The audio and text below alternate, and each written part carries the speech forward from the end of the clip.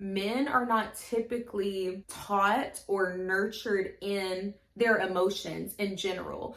Typically men are taught to be strong and to work and to provide and to protect and to be, these like superheroes. So when they feel anything, they typically have a natural response to just suppress it and to push it down as far as it'll go. And they don't allow themselves to feel as much. And the more that you're burying these different things, whether they're burying anger or they're burying sadness or they're burying, just being overworked or being overstimulated or just being exhausted. Men are constantly just burying all these different emotions that they're feeling rather than being, taught to embrace them and to allow yourself to feel. Because a lot of times, especially our young Black men, it's typically taught, especially in Black families towards Black men, that, oh, like, don't cry, like you're not a little girl, like, you have to be strong, like, oh, like if you cry, like you're just, a little wimp, like,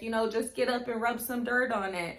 And that is so negative for our men, because then it gets to a point where they've buried and buried and buried, and then it comes out in this explosion, almost like a volcano, where it's like it's been boiling beneath the surface for so long, and then it'll be like one thing that just sets it off, and now boom, it comes out in this fit of anger. When in reality, if more men were taught how to express their emotions and how to feel them, it wouldn't come out in this way, because they would have a healthy coping mechanism for their emotions. But what we see in our society, there are not as many men in therapy because they don't believe in it. There are not as many men talking about their feelings because they don't want to be perceived as weak or soft, because they have been made to feel like the only way that they are valuable is if they are strong all the time.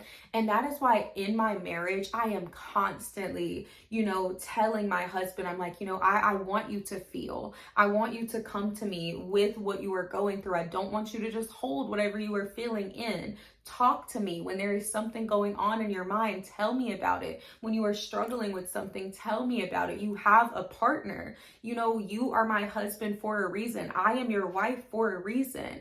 God has called me your helpmate, and I need you to allow me to be that for you. Do not carry the weight on your own, in the same way that God tells us to cast our burdens onto him, to give our burdens to him, to let go.